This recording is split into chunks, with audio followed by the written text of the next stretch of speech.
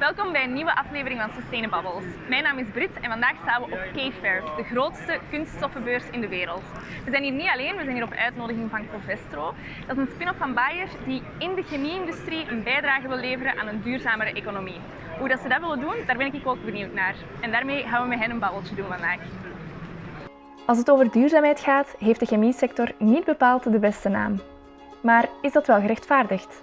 Om een antwoord te geven op die vraag gaan we in gesprek met Angelina Prokovyeva, duurzaamheidsexperte bij Covestro.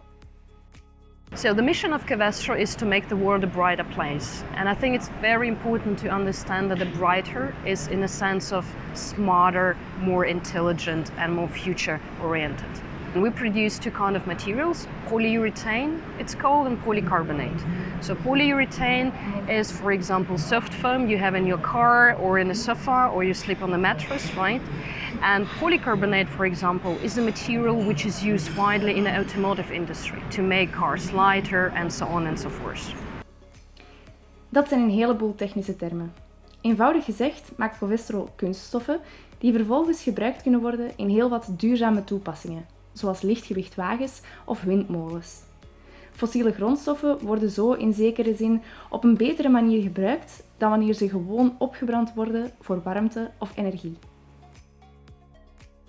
To me, making the world a brighter place, as well as I believe for my company, it's about drive sustainable innovation into the society. Looking at kind of chemistry we do, looking at the applications and the markets we are, I can tell later on that you could have a sustainable chemistry and drive for sustainability, definitely. Ik ben er nog niet helemaal aan uit hoe ze het precies doen, maar één ding is zeker. De chemie-industrie is bezig met duurzaamheid. Op de beurs zie ik verschillende standen met bio-based materials en andere duurzame oplossingen. Maar draait de chemie dan niet voornamelijk op fossiele brandstoffen? En zijn het niet diezelfde fossiele brandstoffen die de bron zijn van alle kwaad, zoals CO2-opstapeling en de opwarming van het klimaat? You're right. It is still about the fossil fuels. So when you look at the chemical industry uses 6% of the global oil for two things: produce chemicals and to generate the energy for producing the chemicals. It is 6%. So it's not that much. The rest goes mostly into the energy generation in the cities as well as transportation.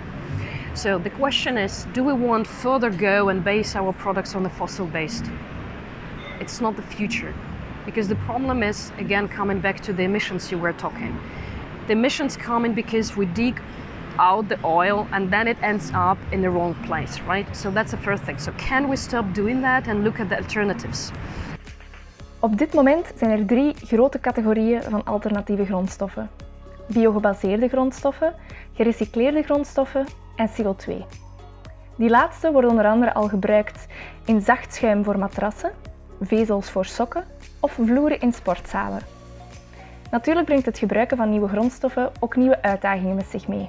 En het opschalen van productieprocessen kan 10 tot wel 12 jaar duren. Het recycleren van bestaande kunststoffen kan ons helpen om die periode te overbruggen. There are a lot of different technologies to do so: mechanical recycling, chemical recycling. Some of those technologies very well established. Mechanical recycling, for example, we have around, I think, 4,000 tons of polycarbonates what we recycle and bring it back into the electric and electronic appliances. For example, you can find it in computers, computer cover. We bring it back. 4,000 tons, it's again not much. There is another technologies, if you look at the foams, for example, it's a chemical recycling. It's really in a baby shoes. So there is a lot of work to go. You say it's recyclable. Is the recycling process not also very energy and carbon dioxide intensive? We actually need to look at the whole product life cycle, right?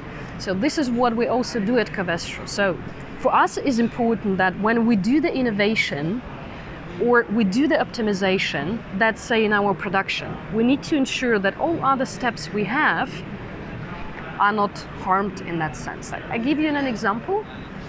We do for polycarbonate recycling, for the electronic applications, we take, it's happened in China, we take big polycarbonate bottles you get in offices, for example, you know, the blue ones, right? Yeah. So We do the collection, so there is a recycler who do the recycling, there is another company who do the compounding, and then we get in this material to us. So we had a look from the life cycle assessment perspective, and we have realized the recycling itself, mechanical, is not energy intensive, so it's not the pain point of the whole recycling process. What was interesting, the collection. So recycling is not always more energy efficient, energy intensive. Het klinkt natuurlijk heel mooi, een economie waar grondstoffen zo lang mogelijk meegaan in de vorm van producten en vervolgens op een energiezuinige manier worden gerecycleerd. Maar iets in mijn onderbuik zegt toch, ja maar dat blijft toch plastic? We moeten daar toch van weg? There's one word people know and it's plastic. And it's not a single-use plastic, durable plastic, high-tech plastic, it's a plastic. So it's a joint responsibility of the chemical industry and a plastic manufacturer to act on the issue we have jointly. There are a couple of activities going around on the global scale. The one is Alliance to End Plastic Waste. I assume you have heard about that. It was just established. We are founding member. So there are at the moment 35 plus companies coming from a different regions. So what this alliance does is ensuring that we stop a leakage of plastic and looking at which kind of technologies can be developed on the ground that Alliance could also support to implement, to showcase, and then pass it to the industry to develop further and upscale.